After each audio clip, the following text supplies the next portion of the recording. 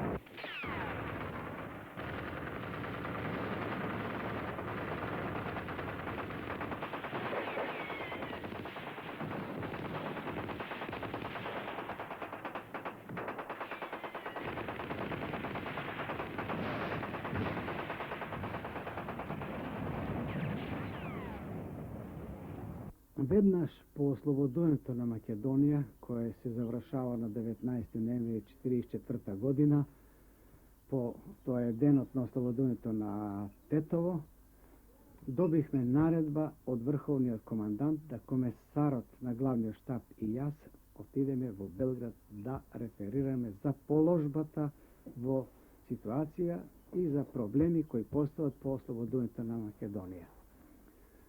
После реферирањето кое го кај другарот Тито во Белград, тој ја разгледа и ја објасни целата положба на фронтовето или на фронтот во Југославија и ни даде налог да ние во Македонија подготвиме еден корпус од 2 дивизии.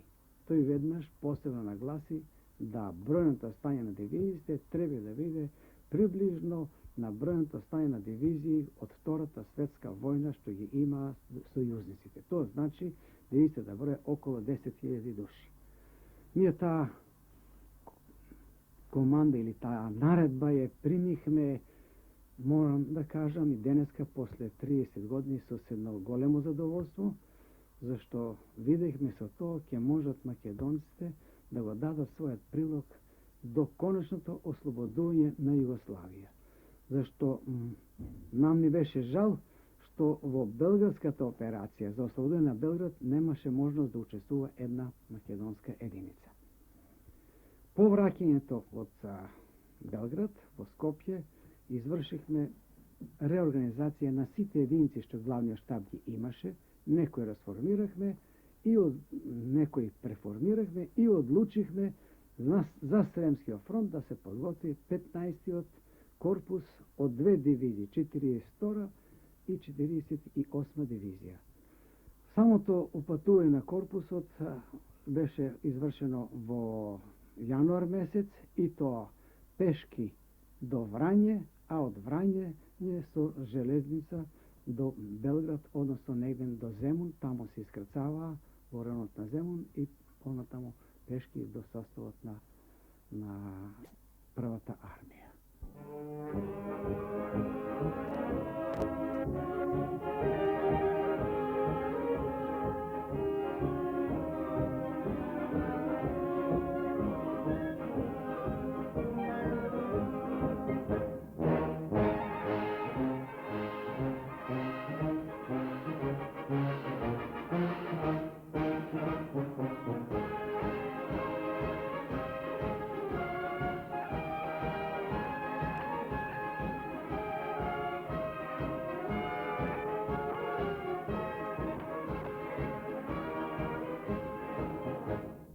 Треба тука да се веднаш истакне. Тоа е изваредно топлиот прием и пречек што ни го направија сремските луѓе. Ние бевме извонредно топло и братски примени. Сите борци беа сместени во приватни куќи, дури и неисхрана кај луѓето од местата кај што бевме ние сместени. Во наша чест се извршија многобројни манифестации, а тие денови доминираше паролата да живеат македонските бригади, да живеат браќата од Македонија.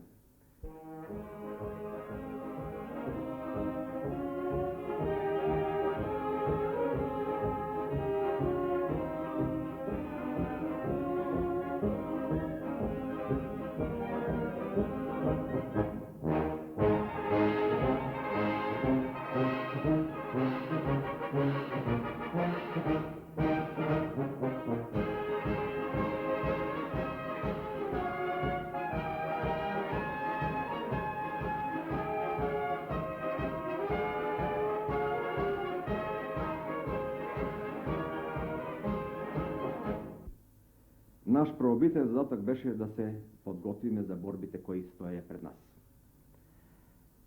Затоа имаше неколку предпоставки, јас би ги вократко издел. Ние сите бевме свесни дека пред нас стои еден добро утврден фронт со фортификации, бункери и така натака, и тоа не припремен само по фронтот, туку и под лабина. Второ, ние се најдохме на една непрегледна рамнина на Срем и Славонија. Тоа од нас бараше нови напори да се подготвиме за таков начин на војување. Ние во Македонија против бугарскиот и германскиот фашизам углавном ратувавме на ридско-планински подрачја. Трече, бевме свесни дека пред нас стои еден искусен непријател, какви што беа германците и усташите. Покрај тоа, тој непријател беше озверен и не беше спремен да го брани само фронтот, току да ги бранат и своите голи животи. Четврто, во нашите прославени бригади, покрај прекалените срешни и борци, имаше немал број на млади борци кои немаа борбено искуство. Према тоа, преку вежби требаше и тие да се здобијат со искуство да можат успешно да војуваат. Ние и идејно политички бевме мотивирани што по-добро да се припремиме. Ние сакавме достојно да ги репрезентираме борците и македонскиот народ на Сремскиот фронт и сакавме во најмала рака да бидеме рамни на другите прославени југословенски бригади и дивизии. Меѓутоа, тука имаше и други два фактора кои диктираа да се ние потемелно припремиме. Прво, со пристигањето во Срем, ние извршивме нова реорганизација на бригадите. Така да кажам, ги приспособихме за новиот начин на војување, за фронтовско војување. Исто така формирахме многу специјални единици, везвисти, диверзанти, пионери. Тука беше и многу значено и тоа што некаден во втората половина на февруар добивме ново современо советско оружје. Со лесно пешадиско оружје беа наоружани сите борци од бригадите. А исто така со артилериско оружје беа наоружани и артилериските бригади. Мислам дека бригадите добија по околу 108 артилериски и минобасачки цевки. Значи, ние за кусо време морахме да овладееме со таа нова техника која ја добија нашите бригади. Можам да кажам дека работехме под доста тешки услови. Тоа беше зимно време. А знаете, во Срем, во Војводина, временските прилики се доста тешки, ветрови, снег, мраз. Така подготвени, некаден на почетокот на април, бригадите тргна кон линијата на фронтот.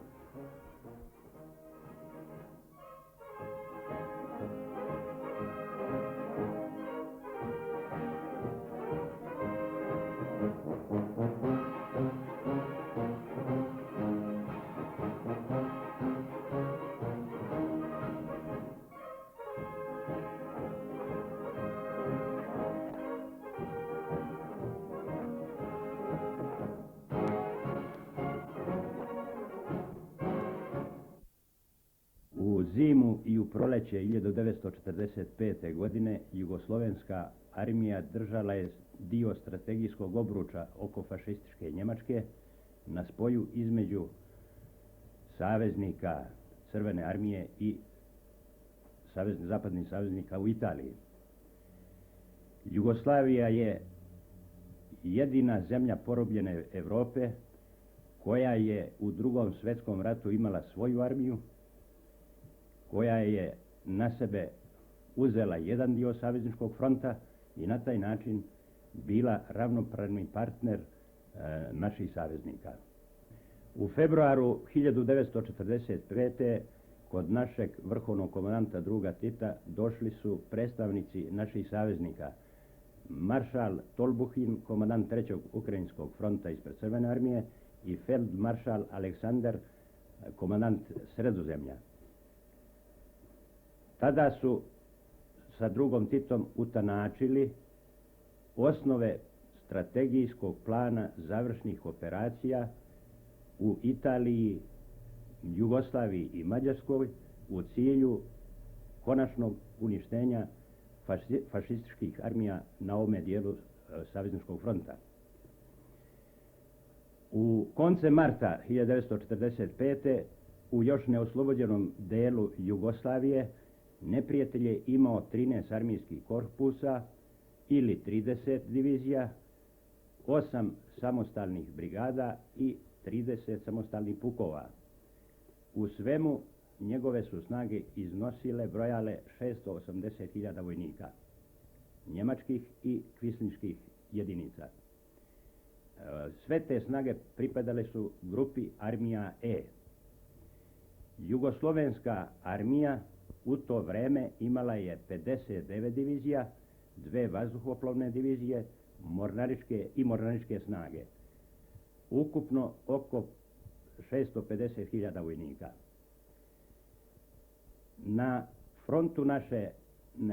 Na našem frontu nalazile su se 4 naše armije. U neprijateljevoj pozadini bilo je naših 14 divizija i na oslobođenom dijelu Jugoslavije nalazilo se 14 naših divizija. Polovina od tih divizija zaposele su granice već naše oslobođene teritorije. To su bili naši drugovi graničari iz korpusa Knoja. Kao što se vidi, naša armija je bila raspoređena tako da je nešto više od polovine snaga imala na frontu prema neprijatelju, 1/4 snaga u njegovoj pozadini. To su naši korpusi, odredi partizanski, zona u Sloveniji, koji su napadali neprijatelja na komunikacijama i njihovim uporištima i tako olakšavali dejstva naših armija sa fronta.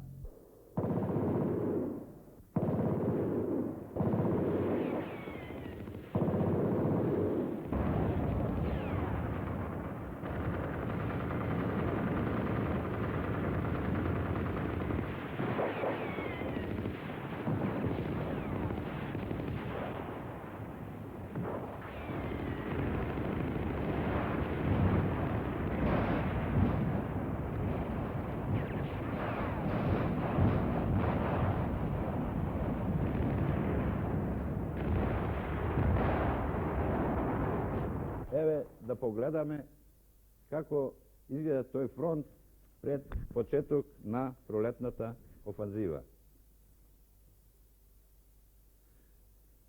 Со третиот украински фронт одржуваше врска третата армија на ЈА. Првата армија беше распоредена од Дунав па се до реката Сава. Другата армија беше распоредена кај Тузла, третиот корпус и другиот корпус околу Сараево, петиот корпус кај Травник, а четвртата армија која имаше за задача да настапува кон Трст, беше на овај дел овде ево на фронт. Покрај овие сили, армии, во заднината на непријателската позадина дејствува корпуси, како што е 6-тиот корпус, 4-тиот корпус, 11-тиот, 7-тиот, 9-тиот, 4-та оперативна зона и слободни територии на кои дејствува други единици. Германците знаја за овие слободни територии и за действијата на овие корпуси, затоа при разгледувањето на ситуацијата, барем по германската документација, им се налагаше на единиците при покрети да ги избегаваат овие зони, туку да покретите ги вршат во меѓупросторите. Зашто овие единици кои дејствува во заднината на фронтот представува една голема пресуда за германските единици.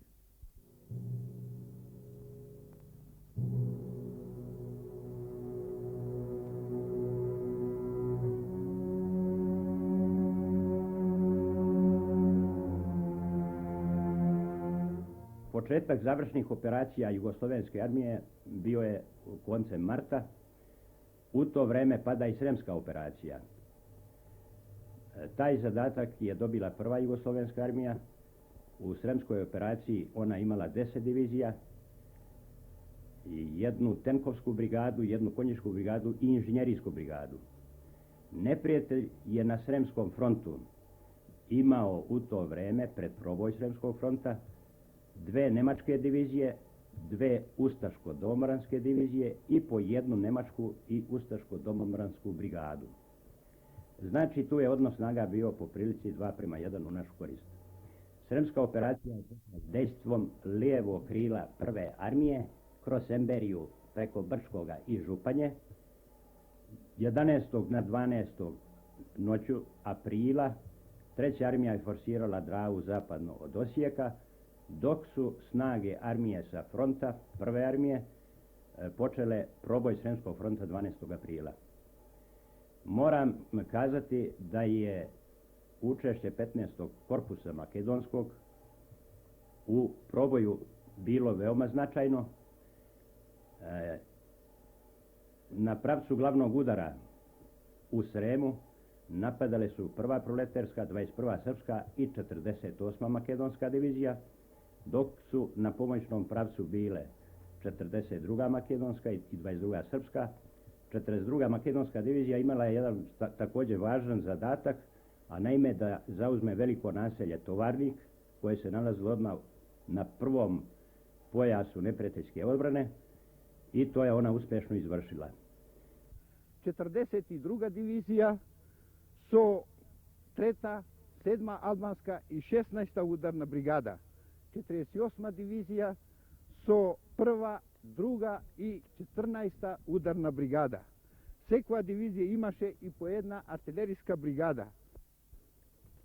Korpusот во својот состав имаше и други помочни и стручни единици. Во новата команда на корпусот беа именовани за командант Алекса Демниевски, заменик на командант Тихомир Милошевски, полиски комесар Бено Русо Коки и началник на штабот Војадин Поповиќ.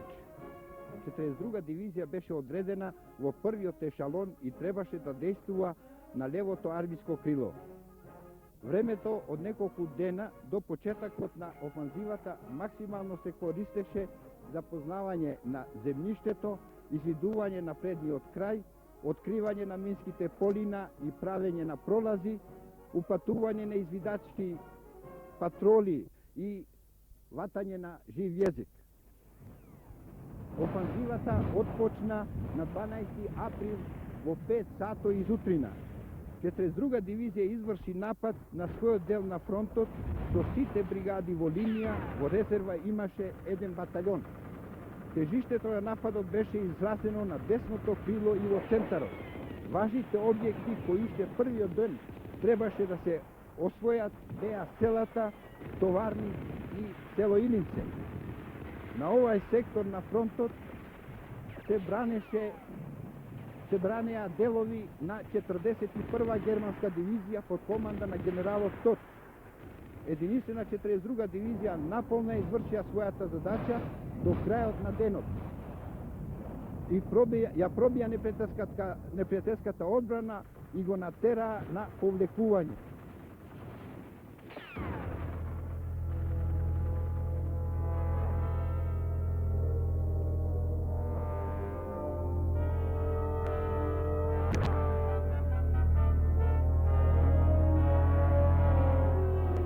Naša divizija, 48. divizija, imala je zadatak, obzirom na ograničenost broj prolaza u minskim poljima, da se ubaci kroz prolaze kuda je prošla 21. divizija i proširi dejstva u levo. Čim su prošli pešadijski dijelovi 21. divizije, 48. divizija se ubacila i povela borbu za treću liniju rovova. Pri zauzimanju treće linije rovova neprijatelj je izvršio protiv napad gdje je upotrebio i tenkove od pravca Ilača. Tu su naši borci zalegli i odbili protiv napad.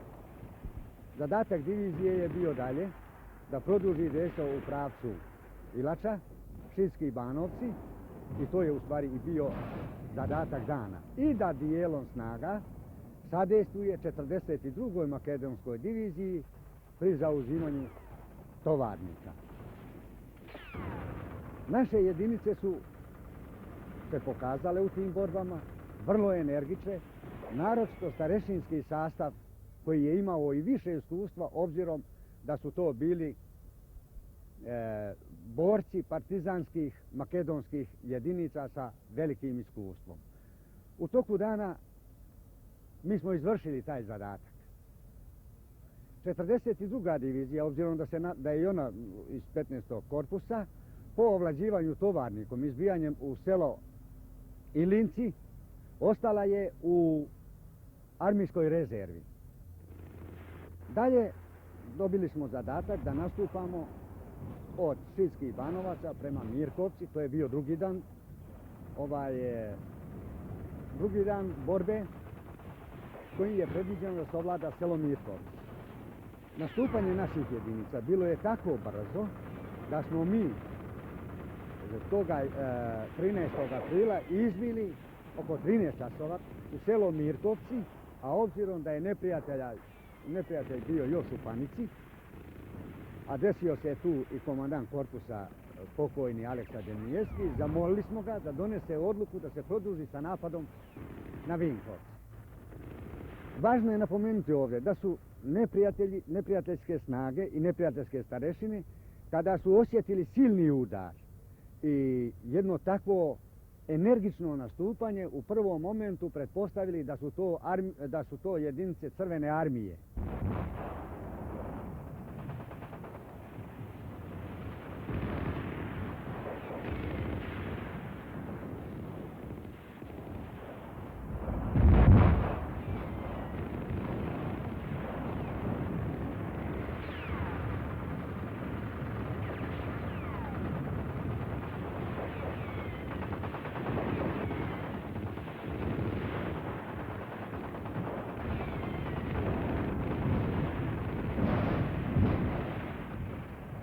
Прва бригада беше во вториот ешалон на 48 дивизија. И ние не требаше да учествуваме во пробојот на фронтот. Кога се уфрлиме во борба, ипак мораше да го пробијаме и фронтот. На нашиот пат се наоѓаше селото Товарник. Тоа село спаѓаше во тежиштето на одбраната на непријателот и посебно беше така фортификацијски утврдено и уредено да представјаше за тој дел на фронтот поимна утврденост. Мислам да заради тоа и главниот удар на првата армија одеше северно од него, ја се сакаше да се избегнат такви утврдени места и да се што подлабоко продират во длабината на територијата. Товарник се најде на нашиот пат и мораше да го заземаме. И еве како действуваше прва македонска народно-ослободителна ударна бригада. Борбениот поредок беше 2 батальони напред, еден во втори бригаден ешалон. Левокрилниот батальон одма после уедувањето потпадна под снажна ватра од Товарник и беше принуден и да се повие, да се заврте на кај Товарник и да застане. И деснокрилниот батальон под снажно дејство од непријателот од Лубина беше приморан да застанува. Во таа ситуација, бидејќи времето беше скапецено и нашиот маневар од интереси за другите снаги, дури за тие кои кладира на правецот на главниот удар, одма го фрлиме батальонот од втори ешалон во напад на правецот на нашето главно настапление и продуживме по насоката која ни беше зацртана. За многу кусо време излегоме во така најачен оперативен простор, од каде настана гонењето на непријателот со главните снаги на бригадата. За тоа време третиот батальон успешно го штитеше левиот бок на бригадата и учествуваше во завземањето на Товарник со некои други единици од 42 дивизија, 43 или 7 бригада, кое место по неколку узастопни јуриши го зазедоа и напално го расчистија тој дел на фронтот. С оглед да немавме искуство од фронталните борби, пред нападот отпочна артилериските припреми, тенковски татнеш од позади нашите положај, така да кај извесен број на недоволно упатени борци создаде известно недоразбирање, така да сметавме да непријателот и прозрел нашите намери за напад, ги напуштил своите положаи и ни дошол в грб. Меѓутоа тој матеж траеше сосема кратко време, тенковите за брго време стигна на нашите положаи, од своите почетни положаи, ги премина нашите положаи и во време кога ги преминуваа положаите, се слуша гласови и поздрави од тенкистите, од своите тенкови: здраво другови македонци, ајмо напред за Берлин, видеќемо се у Винковцима. Овие поздрави на другарите од тенковската бригада ни дадо силен поттик и висок борбен морал, така да речиси не чекавме команда, од старешините без команда се јурнавме на непријателските положаи по тенковите и за сосема кусо време првите положаи одбранбени на непријателот беа овладани. Меѓутоа борбите продолжија, така да со вторите налети и вториот непријателски положај беше овладан, али во тие јуриши погина прилично мои другари. Се сеќавам од водот, погина командирот на водот, на автоматскиот вод Крсте Булевски, погина другари од мојата десетина Бранко Вретовски, Ламбе Новески. Во пробојот на Сремски фронт, прва бригада даде 27 паднати борци и 26 ранети и тука погина првиот воен старешина, комесар на чета Злате Димчевски од село Леуново, Гостиварско.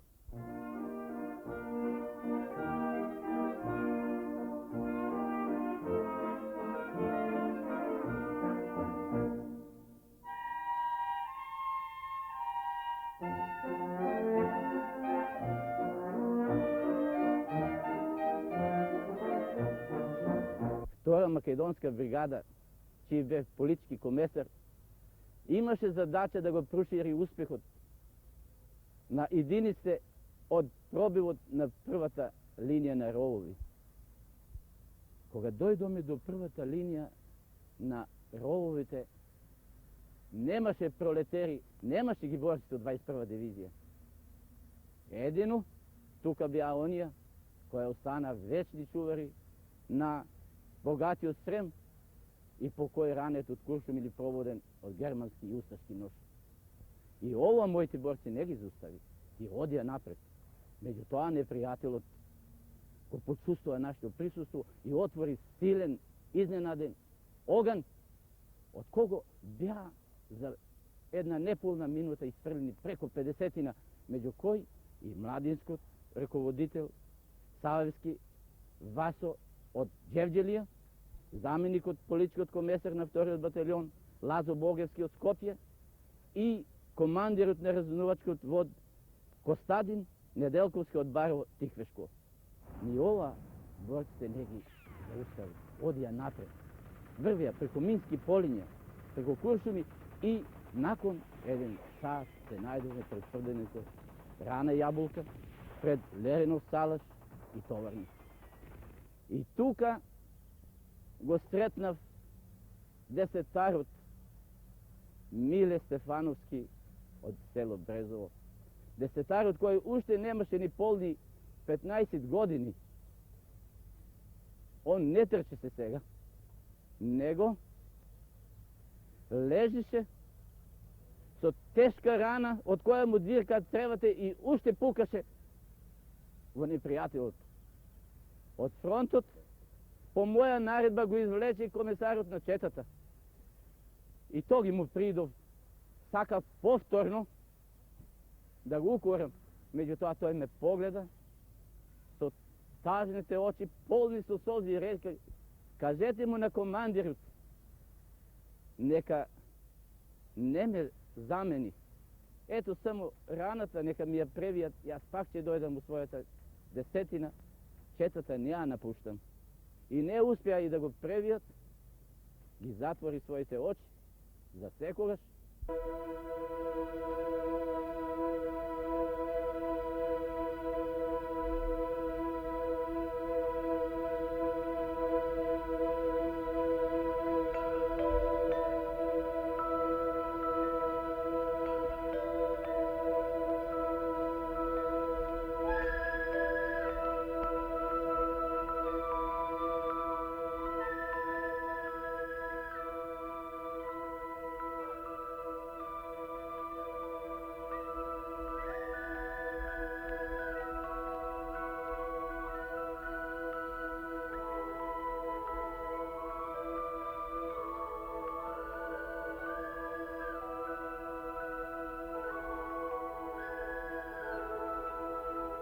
При пробојот на Сремскиот фронт, треќата македонска ударна бригада доби фронт пробоја Товарник, село Илинце.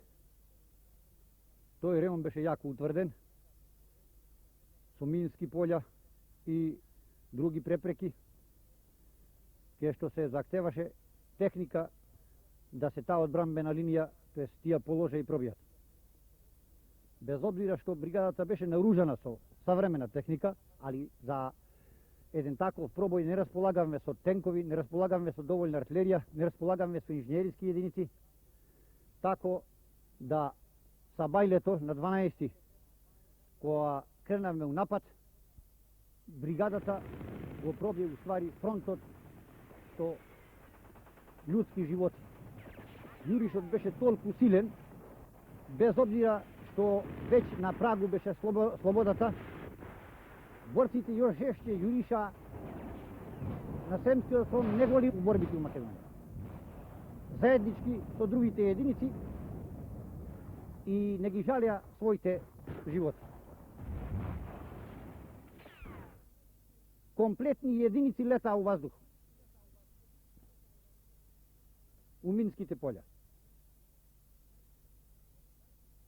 Дали ми немаме доволно искуство за еден таков рат, као што беше Рововскиот на Сремски фронт, и по прв пат со една таква тактика се судривме. Кога помина и нашите авиони избомбардираа ги немачките бункери и на нас ни дадоа пешадијата на Јуриш. Кога тргнавме преку полето имаше мумуруска садена пред тоа како линиите во есента ги зафатило 44 година борбата, тамо не обрана мумуруска, таа тамо стоеше со се класје сува. Ние се спровиравме низ мумуруската и гледааме лево и десно класјето како паѓа од зрната од немачките митролези, но мораше да одиме кој остане напред. Кога се доближиме до првите бункери немачки, почнаа нашите борци русните бомби да ги фрлат во бункерите да ги погаѓат. Едни се бранеа, а едни паѓаа во бункерите. Ја на првиот бункер кога наидов со своји очи, до бункерот имаше 12 немци унатре утепани. Око 16 часот, после подне, веќе целиот фронт беше туе пробиен и избивме испред село немци. Жртви имаше доста, али задатокот беше извршен.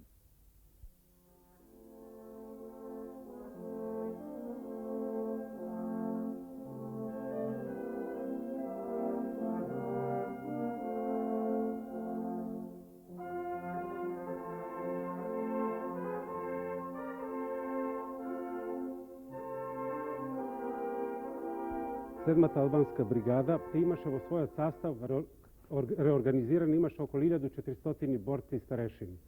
Во нејзиниот састав углавном беа албанци од Западна Македонија, покрај албанци кои чинеа поголем број на борци и старешини од бригадата, имаше и македонци, срби, а во токот на турци, а во текот на борбите пристигнаа и хрвати, така да се со справо може да каже да тоа била бригада единствено составена од сите народи и скоро од сите народи и народности од Југославија.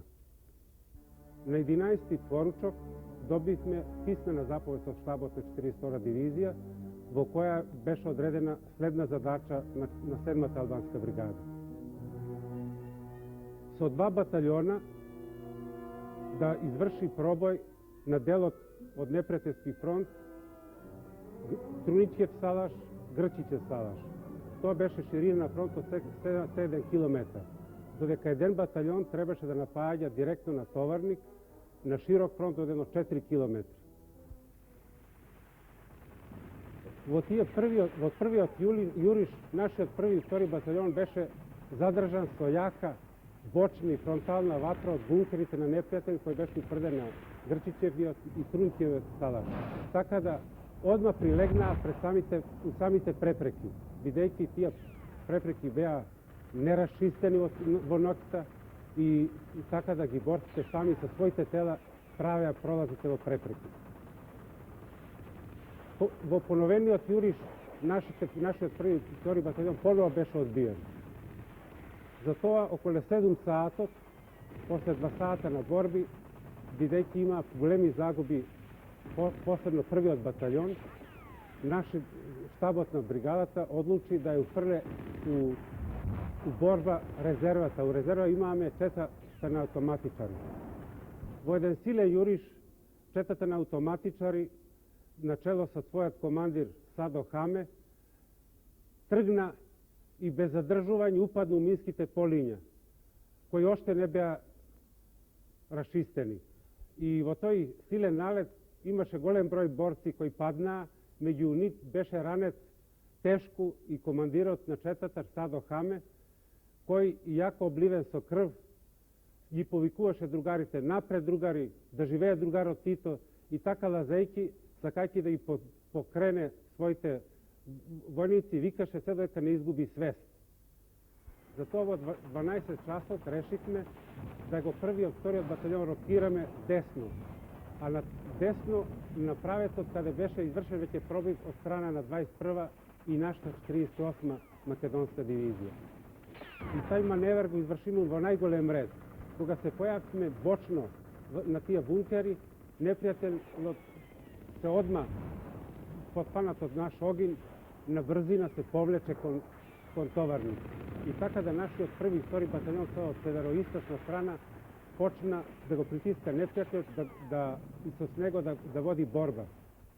Додека се ово случаваше кај првиот и вториот батальон, за тоа време третиот батальон, кога се повлекоа непријателот кога се повлече непријателот од овие јаки бункери, и он изврши јуриш и истовремено во 14 часот и третиот батальон упадна у Товарник. Нанесе му загуби големи на непријателот, ама и нашите загуби беа големи. Од нашата бригада загинаа тој ден 48. Имаме 48 мртви и околу 180 до 190 ранети борци.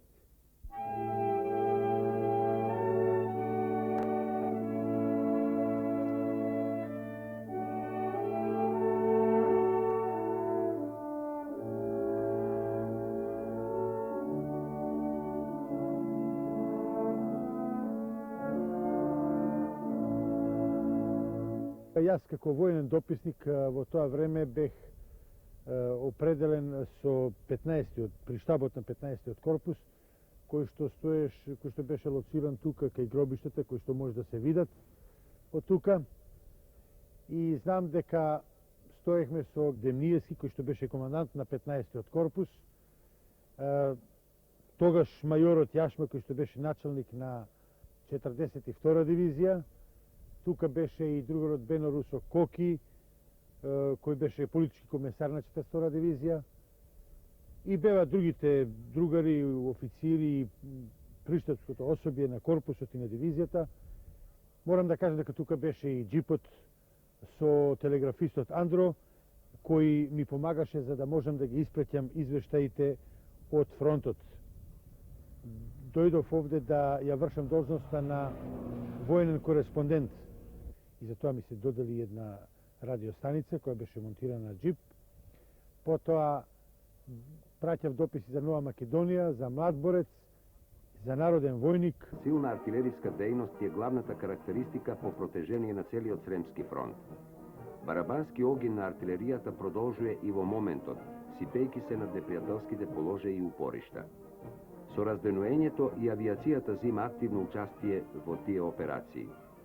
На групи непрестано пристигнуваат нашите леки бомбардери у пратња на ловците и го сипуваат убивачкиот товар над непријателот на самите положеи и во блиската позадина. Во тие операции учествува и 15-тиот македонски ударни корпус под командувањето на Алексо Демниевски, пуковник. Многу важен задаток и престои на 42-та македонска дивизија фронтално да го разбие непријателот. Операциите се во началното развитие. Тенковските одреди уште не се влезли во акција. Непријателот упорно се брани и дава жесток отпор. Во текот на денешниот и утрешниот ден ќе се расветлат и целите на таа широка позама и силна подејност операција.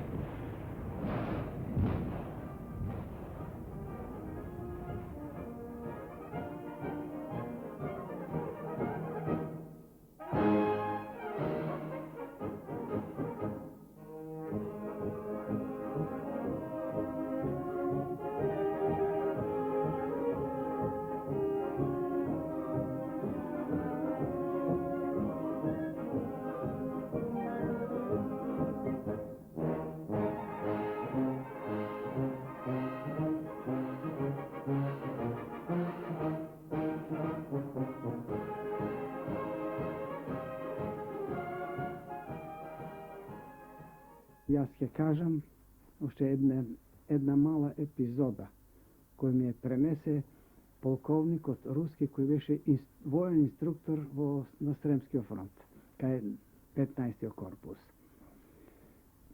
Веднаш по пробојот на Сремскиот фронт, тој зема еден автомобил и трчи до Белград, право кај мене во канцеларијата, а јас веќе бех во Белград, сместен во генералштабот на работа, и така задихан, сет, бејќи степеници ги претрчал, говори честитам.